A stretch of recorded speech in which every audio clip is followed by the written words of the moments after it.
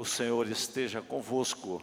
Ele está no meio de nós. Proclamação do Evangelho de nosso Senhor Jesus Cristo, segundo São Lucas.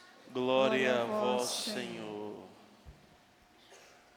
Naquele tempo, Jesus contou aos discípulos uma parábola, para mostrar-lhes a necessidade de rezar sempre e nunca desistir, dizendo: numa cidade havia um juiz que não temia a Deus e não respeitava homem algum.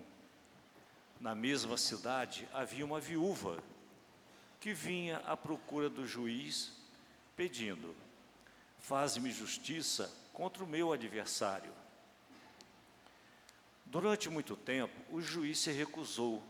Por fim, ele pensou: eu não temo a Deus e não respeito homem algum, mas esta viúva já está me aborrecendo. Vou fazer-lhe justiça, para que ela não venha a agredir-me. E o Senhor acrescentou: escutai o que diz este juiz injusto. E Deus não fará justiça aos seus escolhidos, que dia e noite gritam por ele? Será que vai fazê-los esperar? Eu vos digo que Deus lhe fará justiça bem depressa. Mas o Filho do Homem, quando vier, será que ainda vai encontrar fé sobre a terra? Palavra da salvação. Glória a vós, Senhor. Que as palavras do Santo Evangelho perdoem os nossos pecados. Amém.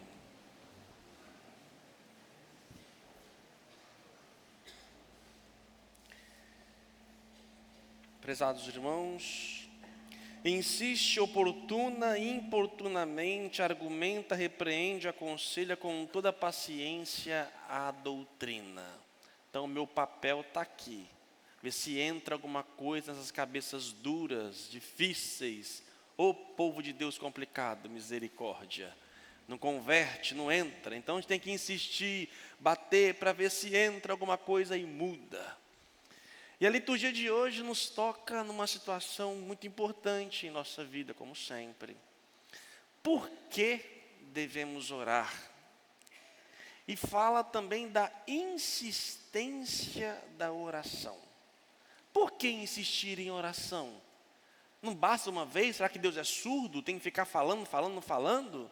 Será que Deus é como esse juiz injusto aqui, que tem que ficar insistindo? Por que a liturgia de hoje nos pede, o próprio Jesus nos pede para insistirmos, persistirmos na oração? Hoje, as leituras não nos ensinam como orar, não é o que devemos orar, mas nos pede para perseverar na oração. E eu vou responder através de dois exemplos da própria liturgia de hoje. Primeiro exemplo que eu vou trazer, por que devemos rezar. Na primeira leitura, tirado do Êxodo, o que nós temos? Moisés, ele liberta o povo em nome de Deus, junto com Deus, do Egito, e vai levar o povo até a terra prometida. Do Egito até a terra prometida, levam-se anos. Lá no Egito, o povo era escravizado, não tinha liberdade, tinha muitas coisas que faltavam nesse povo. Então eles pedem libertação e Deus os liberta. E neste caminho até a terra prometida, passam pelo deserto. No deserto, eles enfrentam várias dificuldades, várias tentações. Uma delas é contra o povo amalecita, que é um povo nômade do deserto. Eles vêm atacar os hebreus, ou o povo de Israel, como assim eram chamados. E eles começam a guerrear. Moisés lembra que tem que pedir ajuda a Deus. E onde Moisés encontrou Deus? Na montanha. Então ele sobe para a montanha, vai lá e começa a orar, começa a dialogar com Deus. Arão e Ur sobem, e eles começam a perceber que enquanto Moisés reza, o povo ganha. Moisés se cansa, o povo perde. Então, nesse momento, eles entenderam: olha, nós estamos guerreando, mas se não tiver a mão de Deus, não adianta. Se não tiver Deus, a gente perde rapidamente. Por isso, então, vamos sustentar na oração para podermos vencer esta guerra. E colocaram então Moisés, e olha que bonito, né? Colocaram Moisés sentado aonde? Numa pedra. Pedra é Pedro. Pedro, tu és pedra, tu és pedra, construirei a minha igreja. E lá do lado de Pedro, ficaram um do lado do outro, segurando os seus braços. Vamos então fazer uma interpretação espiritual alegórica para o nosso tempo, para a nossa vida. Na nossa vida, nós também lutamos para sair da escravidão do pecado para a liberdade. E nesse processo da escravidão para a liberdade, nós enfrentamos várias tentações, várias provações. Vários são os amalecitas que guerreiam conosco. E muitos deles somos nós mesmos. Estamos presos aos nossos vícios, aos nossos pecados. Caímos sempre, toda semana pedimos perdão pelo mesmo pecado. E aí eu consigo me libertar de um, vem outro. Antes era a televisão, agora é o celular. Eu me libertava, buscava, mas sempre tem uma guerra que nós travamos. E aí nesta guerra que nós travamos na nossa vida, temos que perceber, sozinhos nós não conseguimos, precisamos orar. Então quando eu oro, quando eu persevero na oração, eu vou mais facilmente vencer as guerras. Aqueles que realmente tentam me derrubar, que muitas das vezes estão dentro de cada um de nós.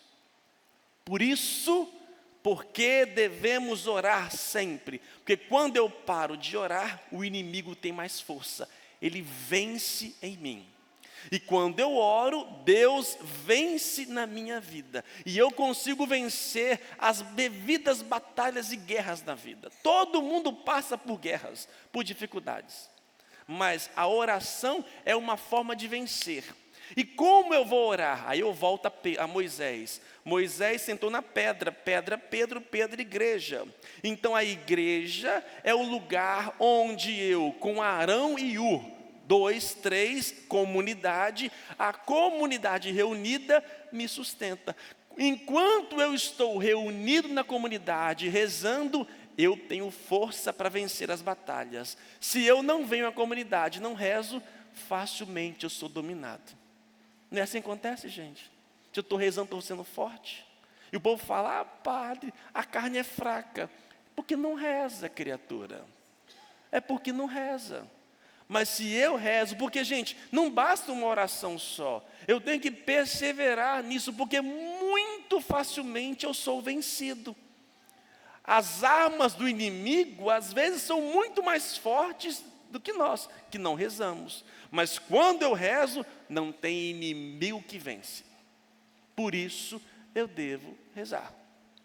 Segundo exemplo que o Evangelho nos dá, por que devemos rezar?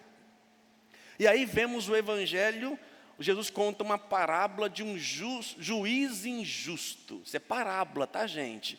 Juiz injusto. Isso é só na parábola. Não existe. Não sei. Do juiz, ministro de justiça, não sei. O que acontece? Esse juiz, além de ser injusto, não teme a Deus, ele não teme a Deus, e ainda mais, nem teme, nem respeitava homem algum. Como é que pode um juiz, né, não respeitar homem algum? É incrível, mas é parábola, vamos entender com a parábola. A parábola que nos mostra, esse homem está diante de uma viúva, não sabemos o que aconteceu com ela, o que ela está pedindo, qual é a petição dela, mas sabemos que a figura da viúva, no mundo bíblico, é das pessoas mais pobres que existem. Sabe, do miserável, é a figura da viúva e do órfão. Por que viúva? A mulher no tempo bíblico não trabalhava, não tinha remuneração, como vocês poderosas hoje têm. As superpoderosas são vocês agora, né? Que estão empoderadas e por diante. A mulher dependia totalmente do homem. Se falha o homem na sua vida, acabou, filho. Acabou. Não tem a aposentadoria, não tem nada não. Então a mulher viúva era mesmo que um desespero. Tem uma passagem bíblica de uma viúva indo sepultar o filho, coitada, pior ainda, porque já perdeu o marido, mas tinha a garantia do filho, que sustentava. O filho morreu, ou seja, eu vou morrer logo em seguida. Então, a figura da viúva é aquela figura da pobreza, do mais necessitado. O juiz não olha para essa pessoa. E eu abro um parênteses. Será que um juiz que teme a Deus é melhor do que um juiz que não teme a Deus? Sim ou não? Vocês acham? Um juiz que teme a Deus, que tem fé, exerce a sua profissão talvez melhormente com aquele que não teme a Deus? Um engenheiro que teme a Deus, exerce a sua profissão talvez melhor do que um engenheiro que não teme a Deus, sim ou não? Agora, ou qualquer outro profissional. Não, o engenheiro é matemático, é regra, é lei, mas a sua fé incute nas suas ações. Esse juiz, por exemplo, poderia muito bem, ele não ia burlar a lei, mas ele ia saber que os mais pobres têm prerrogativa. Nós temos aqui uma mulher miserável, por que não ajudá-la? Só que às vezes ficam agarrados em muitos outros detalhes. Fecha parênteses. Jesus então coloca essa mulher que consegue a sua causa devido à insistência. Deve ser uma mulher muito chata também, né? Cá entre nós. Mas, gente, ela não tinha mais nenhuma saída. Não tinha mais nada. O que ela faz? Persiste, persiste, persiste. Por que Jesus conta essa parábola? Será que Deus é como um juízo injusto? Não. Por que devemos persistir, persistir, persistir? Porque Deus não quer nos dar, é birrento e só depende da nossa insistência? Não. Imagina, é muito fácil imaginar isso aqui agora. Ficar indignado com injustiças. Você não fica indignado? É a primeira instância, segunda instância, não sei quantas instâncias mais. Que indignação! Não sei você. Que mais precisa? Isso indigna. Por que Jesus nos pede para insistir? Para que este sentimento de indignação e de revolta não tome o meu coração. Quem ora, confia e permanece em Deus. A oração aqui não é para mudar a Deus.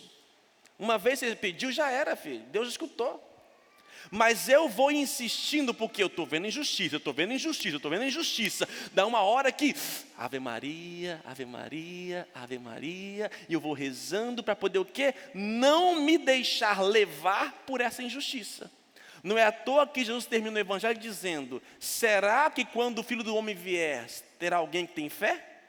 Porque diante das injustiças e dificuldades da vida, a primeira coisa que eu perco é o quê? A fé.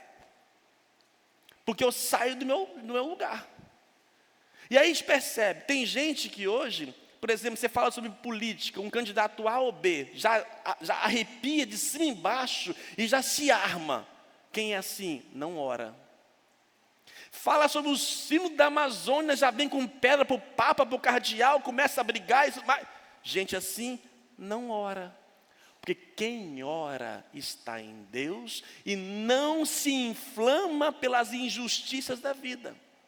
Se eu persisto na oração, eu não vou me deixar levar. Eu vou confiar em Deus, mas eu vou confiar também, eu não vou me tornar igual a Ele. Ele é minha justiça. Não que Deus está sendo lerdo, não. Mas Ele vai fazer a justiça no tempo dEle. Deus não nos abandona, gente. Olha o salmo de hoje que nós lemos. Olha que bonito o salmo de hoje. Acalenta o nosso coração.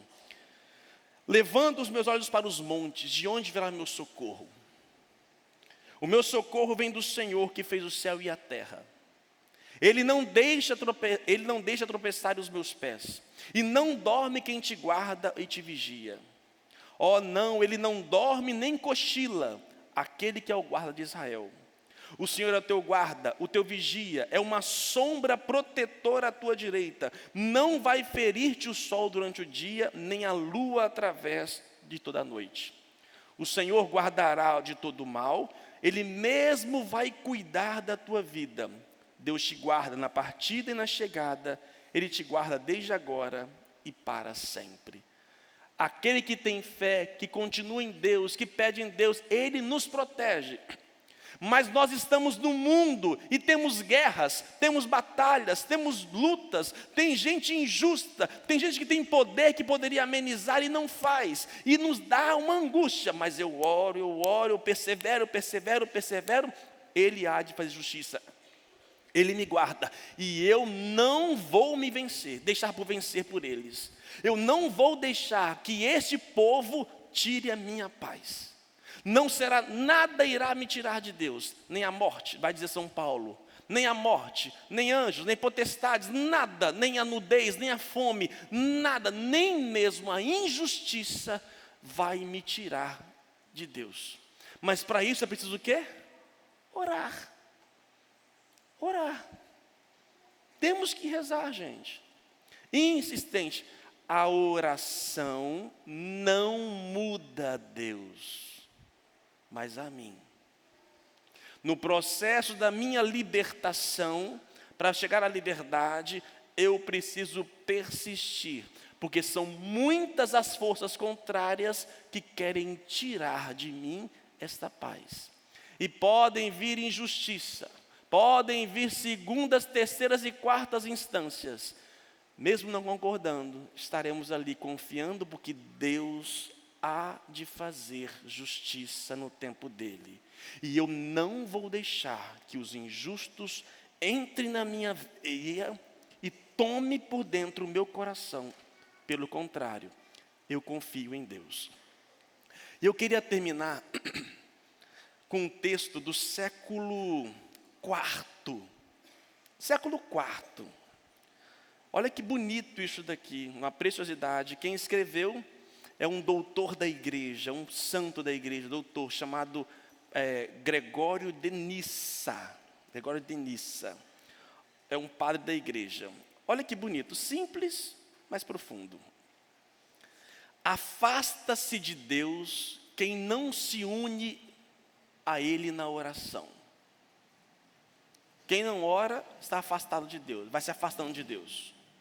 Portanto, o primeiro que deveis aprender sobre a oração é isto: que se deve orar sempre sem desanimar-se.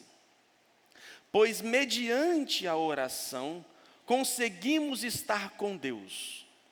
E aquele que com Deus está, longe do inimigo está. Se eu estou com Deus, eu estou longe do inimigo.